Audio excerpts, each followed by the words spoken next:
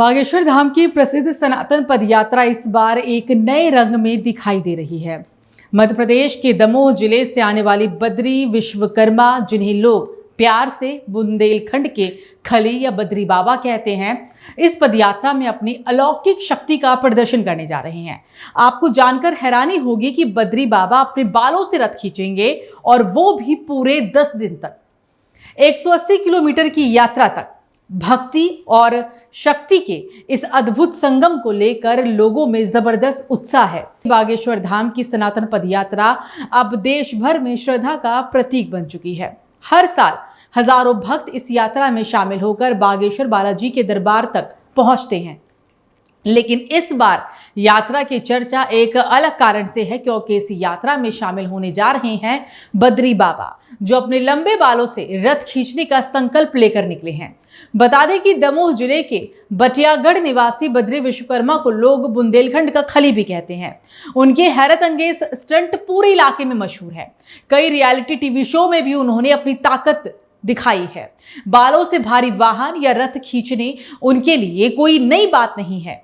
बद्री बाबा ने पहले भी अपनी आस्था और शक्ति का प्रदर्शन किया है। बागेश्वर धाम में उन्होंने बालों से रथ खींचा।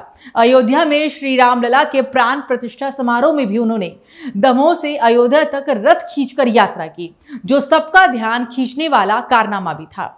अब बद्री बाबा का रथ उनके गृहनगर बटियागढ़ से दिल्ली के लिए रवाना हो चुका है और पदयात्रा के पहले दिन से ही अपने संकल्प को पूरा करने में जुट जाएंगे।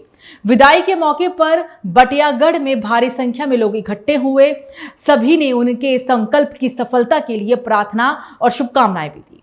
उनके सहयोगी मनोज देवलिया ने बताया कि बद्री बाबा इस यात्रा को लेकर बेहद उत्साहित हैं। पदयात्रा के दौरान जगह जगह लंगर, भजन, कीर्तन और आरती का भी आयोजन किया जा रहा है। बच्चे और महिलाएं सड़कों पर दीप जलाकर स्वागत कर रही हैं। कई समाजसेवी संगठनों ने इस यात्रा में भोजन और पानी की भी व्यवस्था की है।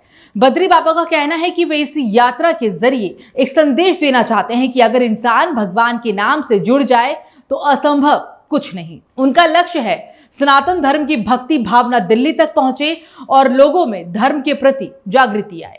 जैसे जैसे रथ दिल्ली की ओर बढ़ रहा है, बद्री बाबा के इस अनोखे तप और श्रद्धा की चर्चा सोशल मीडिया पर छाई हुई है। लोग उनके वीडियो और तस्वीरें शेयर कर रहे हैं और कह रहे हैं, अगर भक्ति सच्ची हो तो बाल भी भगवान का आशीर्वाद बन जाते हैं। इसी बीच धीरेन्द्र शास्त्री ने कहा कि आज देश में सबसे अधिक खतरा जातिवाद से है। हमें इस देश में जाति नहीं बल्कि मजबूत राष्ट्रवाद चाहिए। 7 नवंबर से 16 नवंबर तक वो दिल्ली से वृंदावन तक पदयात्रा करेंगे और इस यात्रा का मुख्य उद्देश्य हिंदू राष्ट्र, हिंदू एकता को बढ़ावा देना है।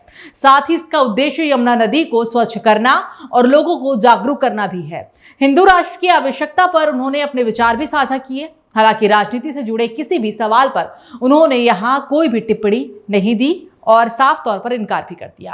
आस्था, तपस्या और शक्ति का संगम बद्री बाबा की ये अनोखी सनातन पदयात्रा न केवल एक धार्मिक आयोजन है, बल्कि ये संदेश भी देती है कि सनातन धर्म आज भी जीवंत है, प्रेरणादायी है और भक्ति की डोर से सबको जोड़ता है। दिल्ली पहुंचने से पहले ही यात्रा पूरे देश में चर्चा का विषय बन चुकी है।